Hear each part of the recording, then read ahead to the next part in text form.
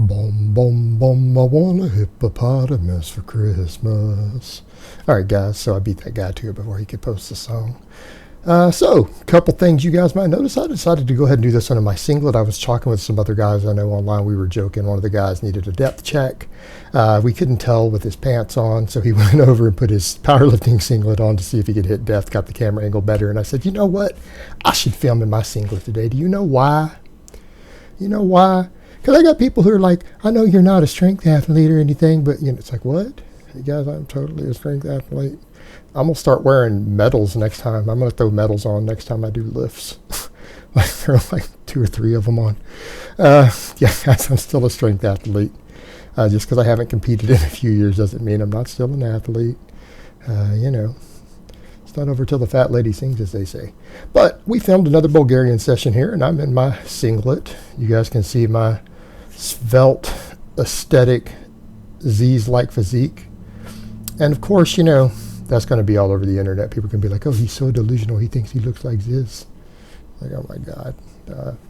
Guys, levels of autism that high shouldn't even be possible for anyone to think I was serious. But, you know, that's the internet for you.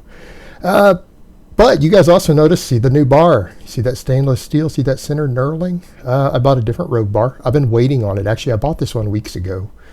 It was back-ordered. It came today just as I was setting up my squat rack to squat. I didn't even think it was going to be here today. So I went ahead and used it. And the reason I did that is that I need less whip in the bar. That bar is too whippy. I don't have center knurling. It's been fine in the mid 400s, right, for squatting. But I'm going to be at 500 daily pretty quick at this point. By the end of the summer, most likely. Just ahead of my projected schedule, but it's just been coming along easy. And so I'm going to need that. It's just more stable on my back. And that whippy bar that's smooth sitting on your back, you've got to think about it. The odds of that popping off your back at the lockout starts to go up exponentially because it's not gripping in as tight and then it bounces from the whip because I'm relatively fast. But so I tried the new bar today. The 465 felt good. We got nice and deep, up, locked it, easy as can be. See, it's a little bit of whip, but it's not as bad. You know, it's just a few inches of the bar bending. It's not like an 8-inch bend.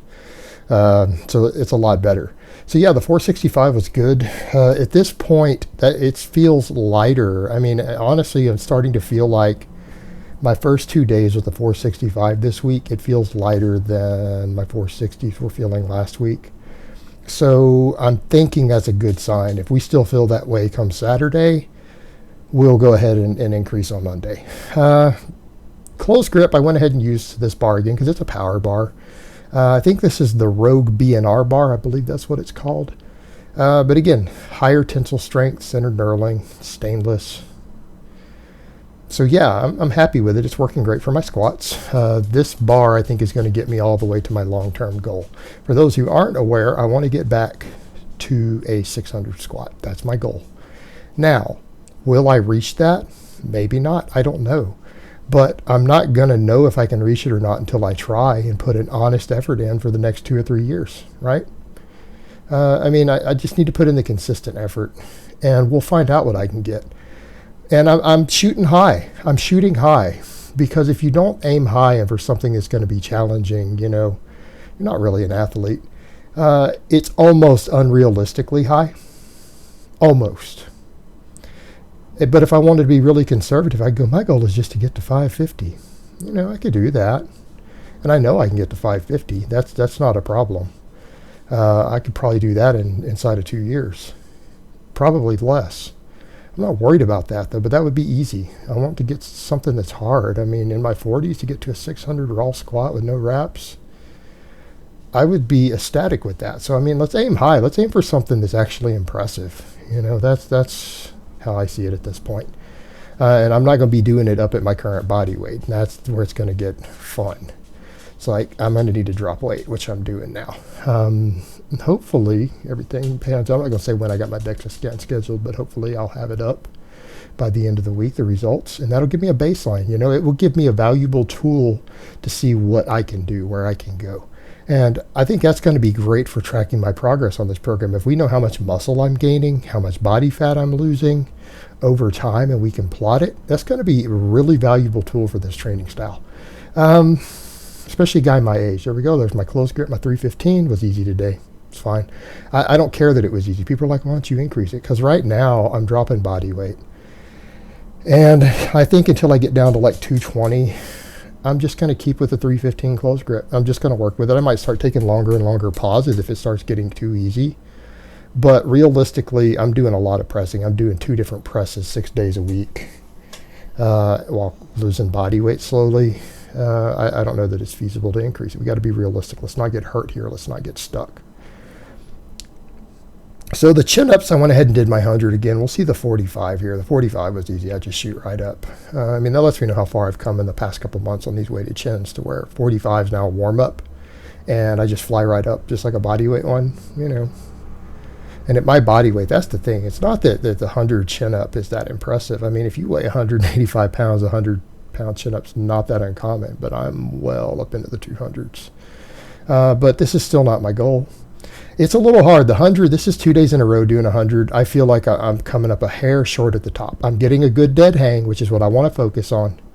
I want to make sure I pull them from a dead hang so that we know it's legit. I'm getting that stretch I want out of the bottom. And that's really important towards my goals, particularly for keeping the biceps strong, for getting my lats more well developed, for again the tricep stimulation. That stretch at the bottom is important for the long head of the tricep. I'm doing this also to help my other lifts. So that bottom is even more important to me than the top. I want to get better at the top on this. I feel like I'm still struggling just with that last couple of inches with the 100 pounds, but I'm going to get there. But at least I'm coming up strong. It's pretty good up till there. Then it gets real slow. Then I've got to grind it trying to get up there. And that one came up a hair short. I'm not going to quite count it. I think I needed to go 2 inches higher before I would count that one. But, you know, I mean, I was doing the 90 last week. I stepped up to 100. I'm going to keep working with it till I start getting it. I don't want to back down. You know, I don't want to back down just because it's hard. And chin-ups are not a difficult lift to recover from. Presses went to 225 again today. And I want you guys to watch this, because people always talk about my lockout, and I hate to tell people, man, that's just the way my elbows and stuff work. Yes, I've been doing work hanging from chin-up bars and stuff, trying to stretch more. I do struggle with that partially because my elbows, I don't think they don't lock all the way out.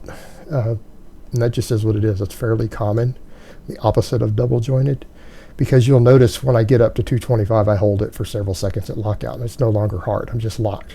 See, like right there, that's a lockout for me. That's all the way up. And so you guys will see when I do the 225, it goes right up. I don't have a lot of trouble getting it up there. But then it looks to a lot of people like you're not locking it, but then I can just hold it there. I can hold it there for 10 seconds if I have to without any grinding, which kind of says that's where my joints end. Because when you lock a weight, legitimately lock a weight, you can hold it there. It's the same thing with a deadlift at the top. Your grip gives out at the top. You shouldn't be grinding anymore at the top of a deadlift once you're locked.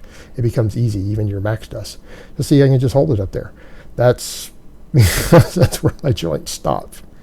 I'm no longer having to use muscles to push it anymore. Then we did 3x3 on Pendlay rows. I did deadlifts yesterday. I'm going to alternate these for a bit. And then I worked on my hook grip a little bit. I really need to get my hook grip up. And the reason for that, so that I can go back to conventional deadlifting. And I figure I can keep playing with my hook grip. And by the time I get to the 500 squat every day, I will start rotating the conventional deadlift back in with the hook grip. Rebuild my conventional deadlift from the ground up and get it back on point. But for now, so I'm going to alternate these back and forth on depending on how I feel day-to-day recovery, whether I'm going to do the trap bar pulls or whether I'm going to do some Pendlay rows. Because Pendlays are an all-around good accessory for strength athletes. You can always use more back. You can always use more grip strength. So they're good. They're a good accessory for the deadlift, for your bench, for everything else. And they're a good accessory for my chin-ups. I feel like they carry over, just in terms of because a lot of the same muscles are being used. So I like the Pendlay row. So it's just a good accessory. If you want to plug something in for a little bit of volume into something like Bulgarian training, that's where things like chin-ups, not chin-ups, but Pendlay rows, weighted dips, Things like that. Even trap bar pulls, deadlift variations, it might be easier to recover from. That's the place to throw your extra volume in on this style of training. These other lifts that are general size exercises that will put meat on you in places that you need for more stability on your big lifts. I think that's a good way to go. And I think some of those exercises will really do a tremendous job of that. All right, guys, but that's really all I have to say on that today. I hope it's been informative, and I will talk to you guys next time.